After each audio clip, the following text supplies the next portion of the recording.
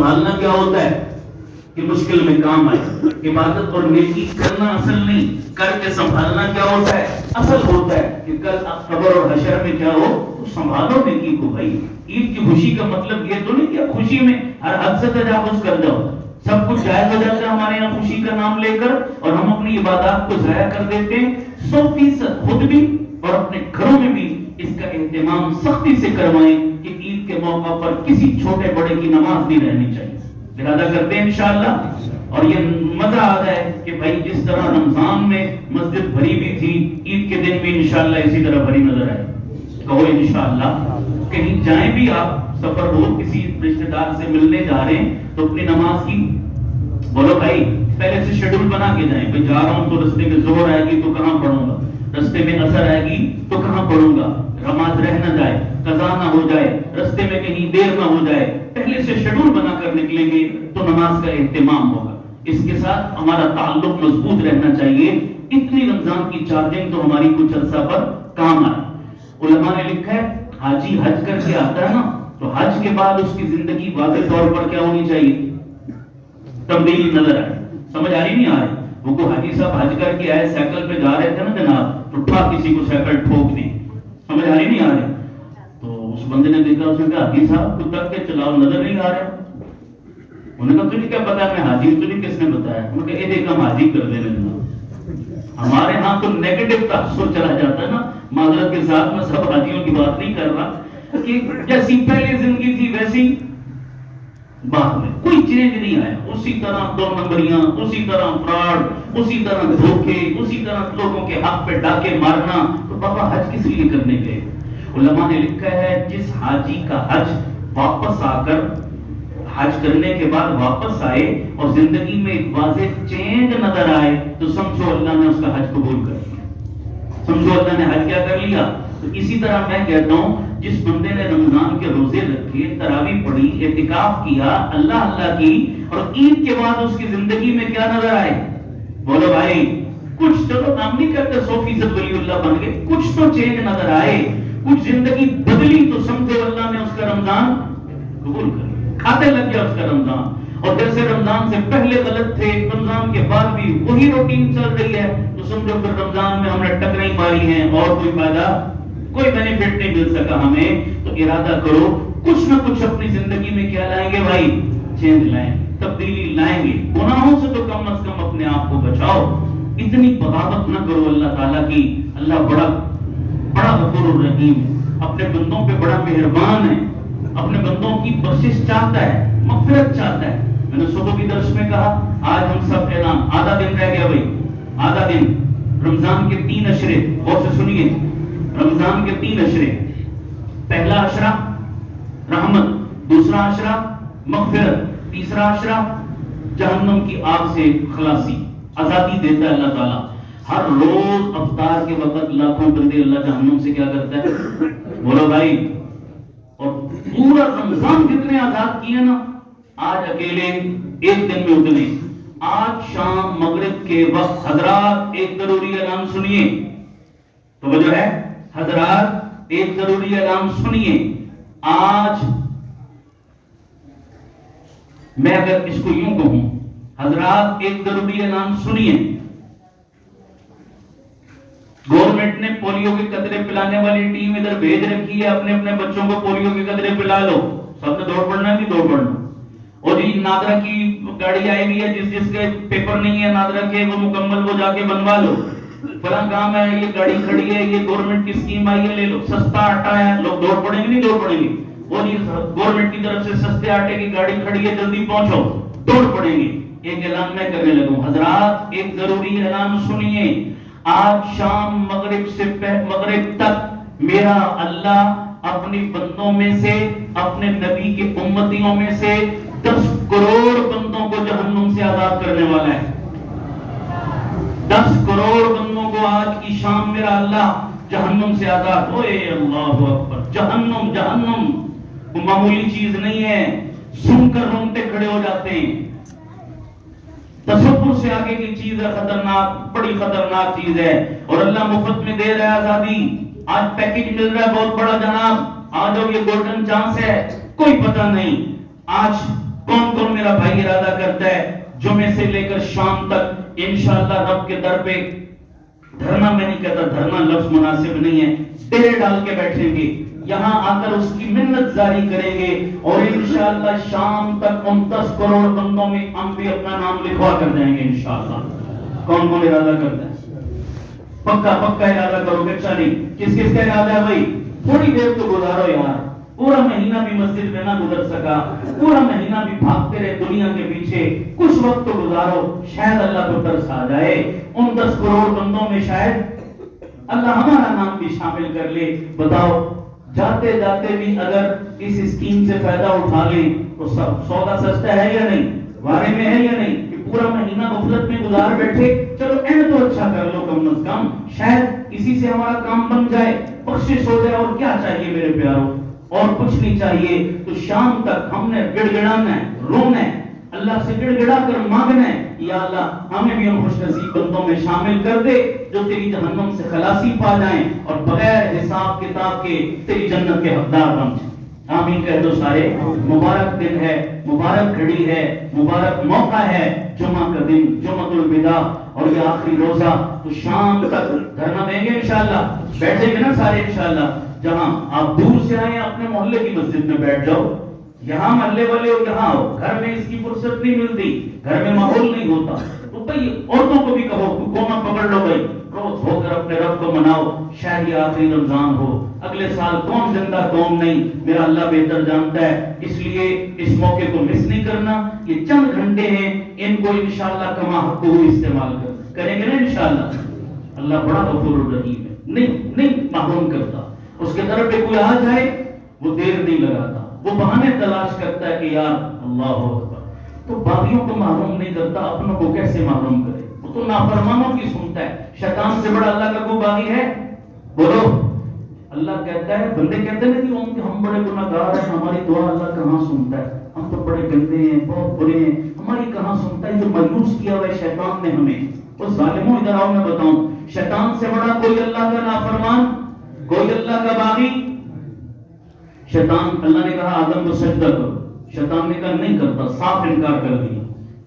اتنی بڑی اللہ کی بغاوت، اللہ نے کیا بولا؟ اخرج منہا، نکل جا میری جنت سے، انک رجیم، تو لعنتی ہے، مردود ہے، تو نکل میری جنت سے۔ اب سوچیں باپ غصے میں بیٹے کو کہے نکل میرے گھر سے، اس وقت بیٹا باپ سے کچھ مانگے گا؟ ابا جی نکال تو رہے ہو، سگریٹ کے پیسے دے دو، تھوڑا سا نائی میں 2 سوٹے تو لگا لیا ہے، نکال تو رہے ہو مجھے گھر سے، تھوڑا سا خرچہ پانی تو دے دو، مانگے گا؟ اس کو پتا ابا غصے میں پیسے نہیں کچھ اور ہی ملے گا، ابا کہہ رہا دباؤ نکل، اب چپ کر کے نکلے گا وہ دوسری بات۔ اللہ کہہ رہے شیطان کو دباؤ نکل میری جنت سے۔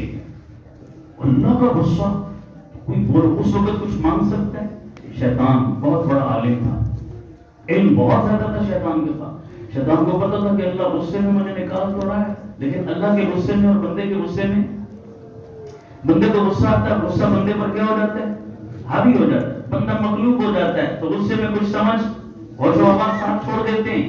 لیکن غصہ اللہ کی مخلوق ہے، مخلوق پر حاوی ہو سکتی ہے، مخلوق خالق پر حاوی، اللہ غصے میں بھی ہے لیکن غصہ اس پر حاوی۔ جب غصہ حاوی نہیں ہے تو اللہ سوچ سمجھ رکھتا ہے پوری جناب، ہم ہوش و حواس نہیں، اللہ کے ہوش و حواس میں کوئی فرق نہیں آیا۔ شیطان کو پتا تھا اگرچہ غصے میں ہے لیکن رحمت اس کی اب بھی موجود ہے۔ اس وقت کہا تھا رب انظرنی الی یوم یبعثون، اللہ مجھے جنت سے نکال تو رہا ہے لیکن ایک دعا مانگتا ہوں تجھ سے، کیا؟ یا اللہ قیامت تک مجھے مہلت دے، میں تیرے بندوں کو گمراہ کرتا ہوں۔ مانگا بھی تو کیا مانگا ظالم نے؟ بغاوت مانگی، مجھے مہلت دے میں تیرے بندوں کو گمراہ کروں، اتنی۔